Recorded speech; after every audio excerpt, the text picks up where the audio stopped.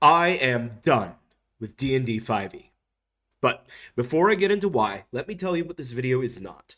This is not going to be a comprehensive list of all the controversies surrounding the company that owns the D&D license, Wizards of the Coast, and their problems. I could make that video, and I might do that one day. And I do think that you should not give any money to WotC for those reasons. However, me not running D&D5e anymore is a separate function from me deciding not to support WotC anymore. I already own the core 2014 books, and all the new rules and monsters and spells and content. I can find these online for free with sources like 5e Tools or the D&D Wiki. And if you are still playing D&D5e, I hope you are doing that. Additionally, this is not going to be the case of me being some grumpy grognard who only ever runs small indie RPGs or classic OSR, original Dungeons and Dragons, Redbox, or something like that. No. D&D5e is probably the system I've spent the second greatest amount of time running after my darling GURPS. No. Today, I'm talking about how 5e doesn't do anything for me anymore. Everything that I might want to do in D&D 5, I have other systems that I think do that kind of game better. And that is what we are going to talk about today. Let's start by defining what kind of game D&D 5e is. Because even when I did run 5e, and I considered it an option for my game whenever I'm starting a new campaign, I knew it can't do any sort of game well. People will say that you can run anything in D&D. They either lack imagination of what TTRPGs can be, or are simply ignorant to other game mechanics and resolution systems and other systems that exist. Clearing up that ignorance is a major goal of this channel. I would describe D&D 5e as tactical, heroic, cinematic fantasy game. These are the same keywords that Matt Colville used when describing their design goals for Draw Steel. But I'm going to be using some of these words a little bit differently. Now, with this description, I'm not saying that D&D is just a tactical combat game. Politics, role-playing, drama, strategy, exploration, negotiation, puzzles, etc. These are all parts of playing a good campaign of D&D. But D&D doesn't do much to support these aspects, besides maybe giving you a skill you might roll if the GM asks for it. Some systems simply do more there, like the Duel of Wits in Burning Wheel, or more robust dungeon crawling procedures in many OSR games. And some systems don't do any more than D&D does, but that makes them no worse at these things than D&D is. No, if we're choosing D&D to be our system, we need to be choosing it because of what the system does. Not what it doesn't do, but we can fill in and homebrew or handwave. So let's break down that phrase that I've chosen. Tactical, heroic, cinematic fantasy game.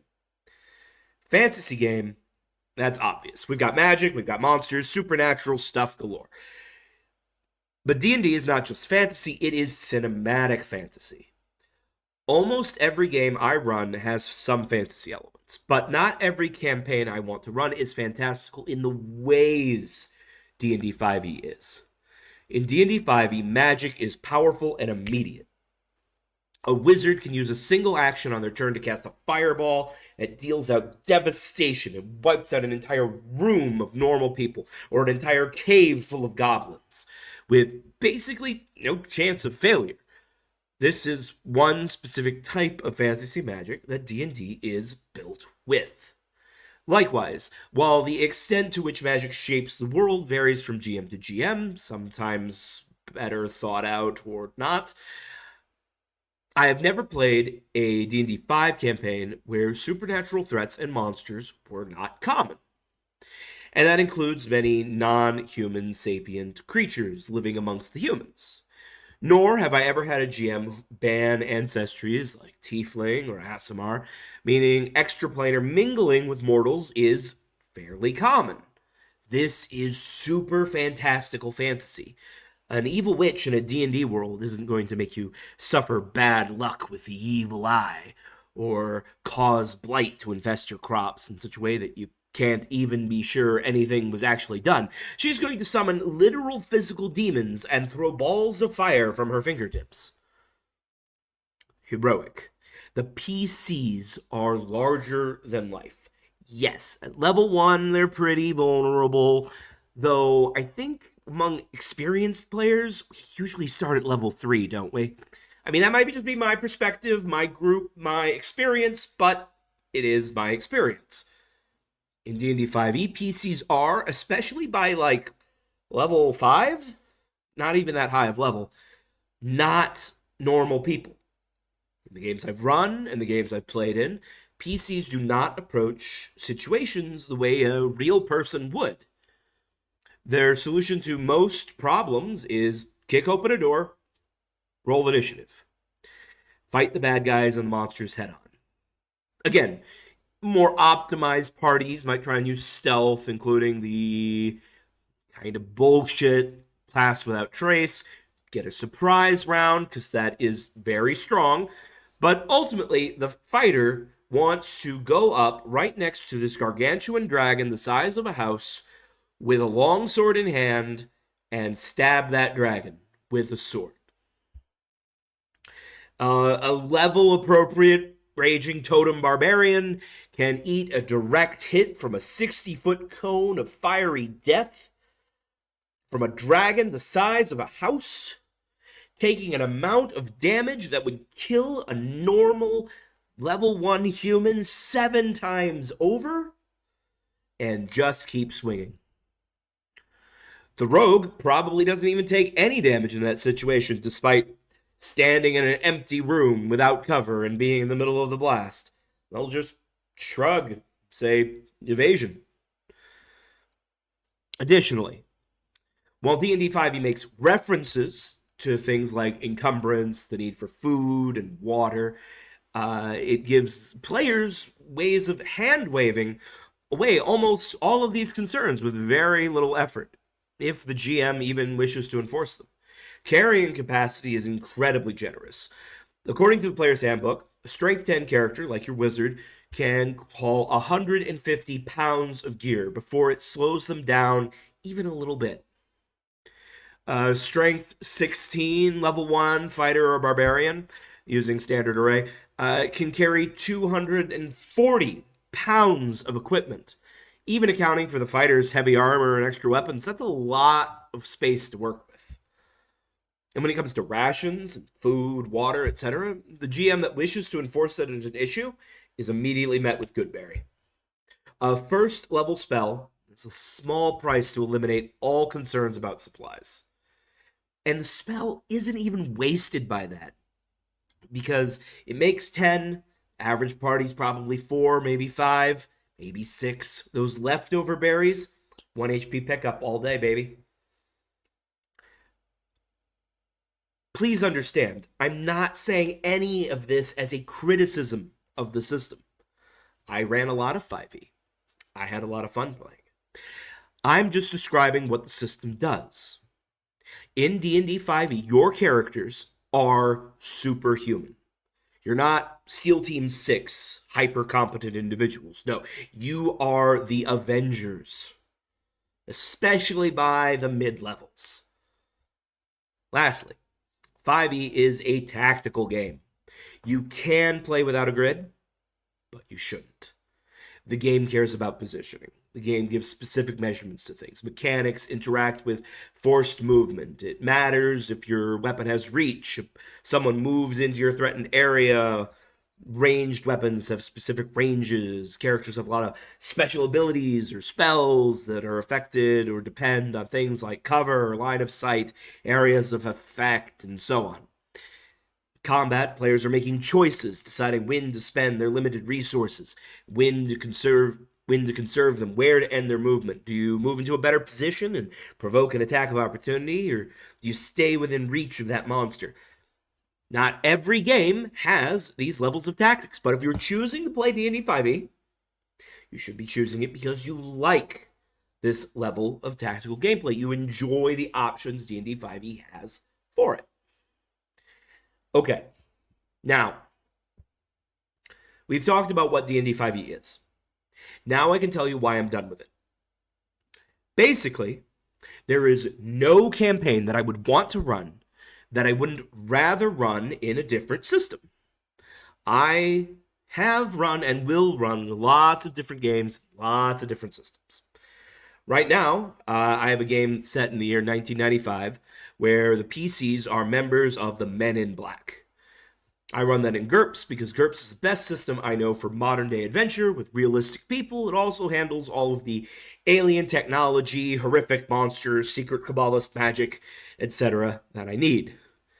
But this is something I would never even consider running in D&D 5e or anything other than GURPS, if I'm honest. In the past, I have used D&D 5e to run games that are contrary to its design. I once ran the module that was intended for use with OSR systems called Beaver Swamp. Beaver Swamp, more recently than I ran it, received a new version that I haven't looked at. But I can at least strongly recommend the original, and I'm pretty sure the new one only adds new content. So I can strongly recommend Beaver Swamp. But I had to make a lot of adjustments to make it work right.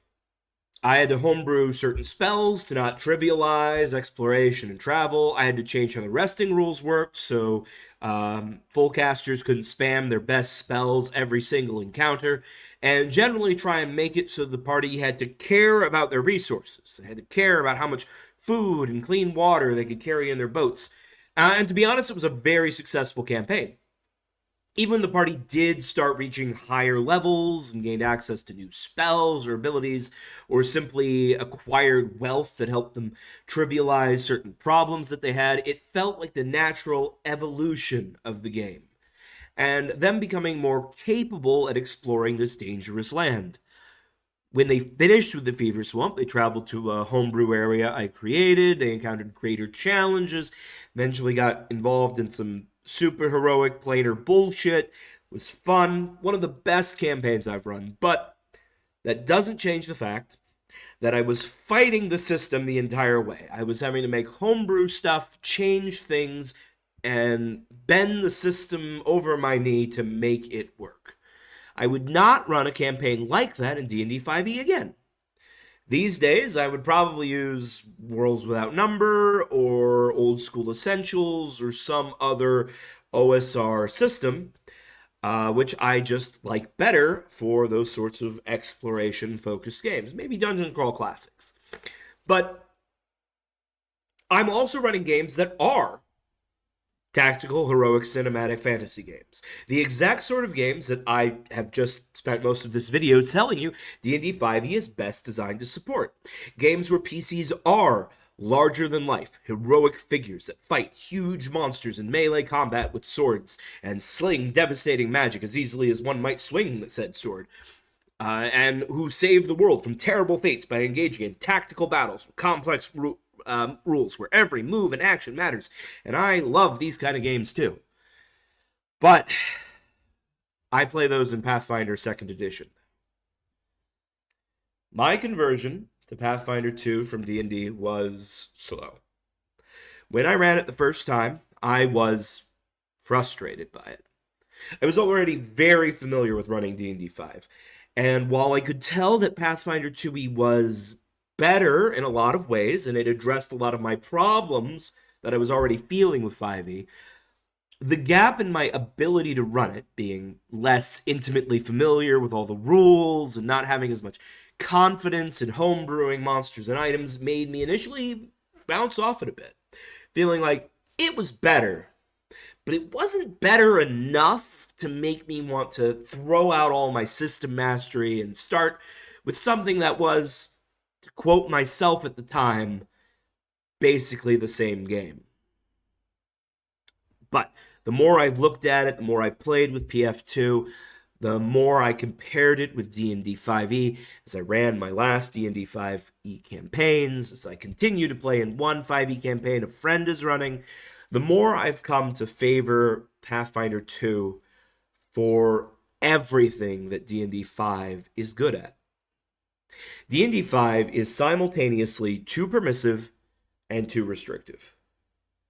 D&D 5 is too easy to break. D&D 5 has too great a gap between an optimized PC and a basic PC. D&D 5e doesn't emphasize teamwork through the mechanics to nearly the same extent that Pathfinder 2 does. Legendary Resistance is a bad mechanic, and the way PF2e writes spells and uses the incapacitation trait makes for a more satisfying experience. There might be a whole video in that sometime. Encounter balance calculations are more reliable in PF2.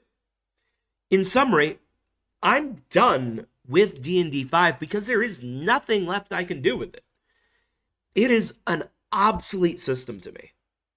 Every type of campaign that I might run, from a modern game to an urban fantasy, sci-fi, science fantasy, gritty fantasy, hex crawls, dungeon crawls, heroic tactical fantasy superheroes, I know a system I would rather use, be it GURPS, or Worlds Without Number, or Stars Without Number, or Old School Essentials, or something PBTA or fate-based, or, yes, Pathfinder 2. There is nothing I can think of that I would actually want to run that D&D 5e is actually the best system for. So, I'm done.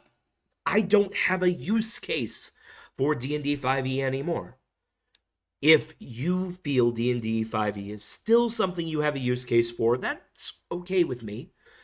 I almost bounced off of PF2 the first time I tried it. But I strongly suggest you look into it. Give it another shot if you bounced off it the first time. Or any of the other systems I mentioned in this video or in other videos on this channel. D&D 5e is an okay game. It's fine. You can play it. You can have fun. You can tell a great story, make memories that you will think about and talk about with your friends for decades. I have. But I know you can have a better experience with another system. Please give it a try. Join me on my other channel, Worlds of Heroic Adventure, where we have just released the first episode of an edited actual play using Pathfinder 2 set in the Legend of Zelda universe. The campaign is called The Legend of Zelda: Cycles of Power. A link, pun intended, to the other channel will be in the description, along with a link to the playlist for Cycles of Power. New episodes are planned to be released every other week. You can also check out our other actual play series on that channel, The Tales of Principles, which is also in PF2, and set in a homebrew world inspired by classic JRPGs. We're really leaning into the tropes with that one. Please subscribe to both this channel and that one, and down below, leave a comment telling me about your favorite system that isn't D&D 5e, or if you've only ever played D&D 5e, tell me what it would take to get you to try something different. Thank you all for watching. I'll see you next time.